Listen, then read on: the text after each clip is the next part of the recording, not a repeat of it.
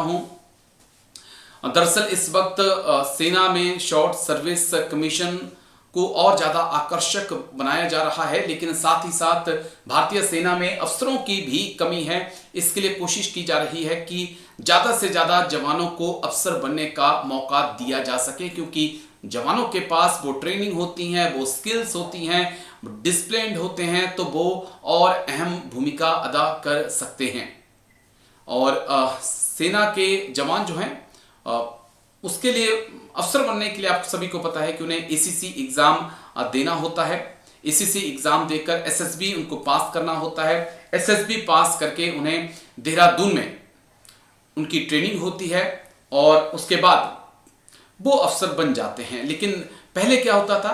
पहले ये होता था कि जो जवान 12वीं पास हैं या जो जवान ग्रेजुएट हैं उनकी 4 साल ट्रेनिंग होती थी। लेकिन अब इसमें एक बड़ा फेरबदल किया गया है।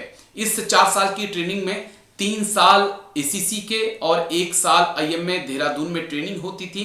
हालांकि अब इसमें एक बड़ा बदलाव किया गया है। बदलाव क्या किया गया है वो जान लीजिए।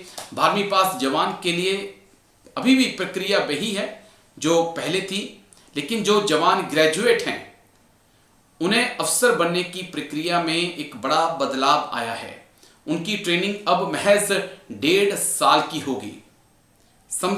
एक बार फिर समझ लीजिए आप, जो 12वीं पास जवान हैं उन्हें तो 4 साल की ट्रेनिंग करनी होगी अफसर बनने के लिए, लेकिन जिन जवानों ने ग्रेजुएशन कर ली है उन्हें अब सिर्फ 1.5 साल की ट्रेनिंग करनी होगी 4 की बजाय, और फिर वो कमीशन होकर अफसर बनेंगे और जल्दी अफसर बनेंगे, जिससे सेना में जो ऑफिसर्स के पद खाली हैं उनको जल्दी भरा जा सके। सेना यही चाहती है ताकि सिपाही, नाइक, हवलदार जो हैं वो ज़्यादा से ज़्यादा अफसर बन सकें, क्योंकि ये वही लोग हैं जिन्हें डिसिप्लिन में रहना आता है, जो ट्रेनिंग कर चुके हैं, जिन्हें आर्मी के जो है रूल रेगुलेशंस पता हैं।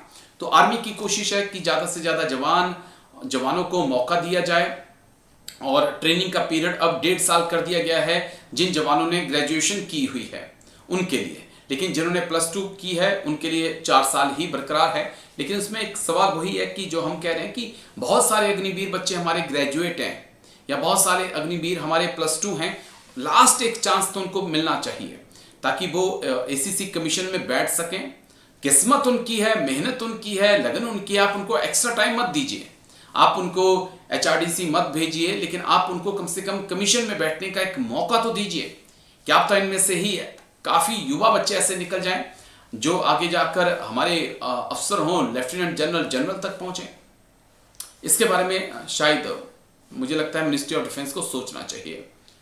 एसीसी के अलावा परमानेंट कमीशन, स्पेशलिस्ट और स्पेशल कमीशन ऑफिसर के जरिए भी वे ऑफिसर बन सकते हैं। एसीसी में जहां जवान ही जाते हैं, वहीं परमानेंट कमीशन, स्पेशल लिस्ट और स्पेशल कमीशन ऑफिसर के लिए ज़्यादा उम्र के सैनिक भी अप्लाई कर सकते हैं। इसके लिए एसएसबी की प्रक्रिया को और आसान बनाया गया है और इनके लिए एसएसबी का स्टेज 1 हटा दिया गया है और सीधे स्टेज 2 में ये पहुंच सकते हैं। चलिए, ये काम की खबर हमारे लिए नहीं है। हमारे लिए काम की खबर यही है कि हमारे जो जवान हैं जिन्होंने ग्रेजुएशन कर रखा है, अब अगर वो कमीशंस क्लियर करते हैं, एसएसबी क्लियर करते हैं, तो उन्हें सिर्फ 1.5 साल की ट्रेनिंग करनी होगी। उसके बाद वो एज ए लेफ्टिनेंट वापस इंडियन आर्मी में सेवा दे सकते हैं। लेकिन जिन्होंने +2 किया है उनके लिए अभी भी 4 साल ट्रेनिंग का जो पीरियड है वो रखा गया है।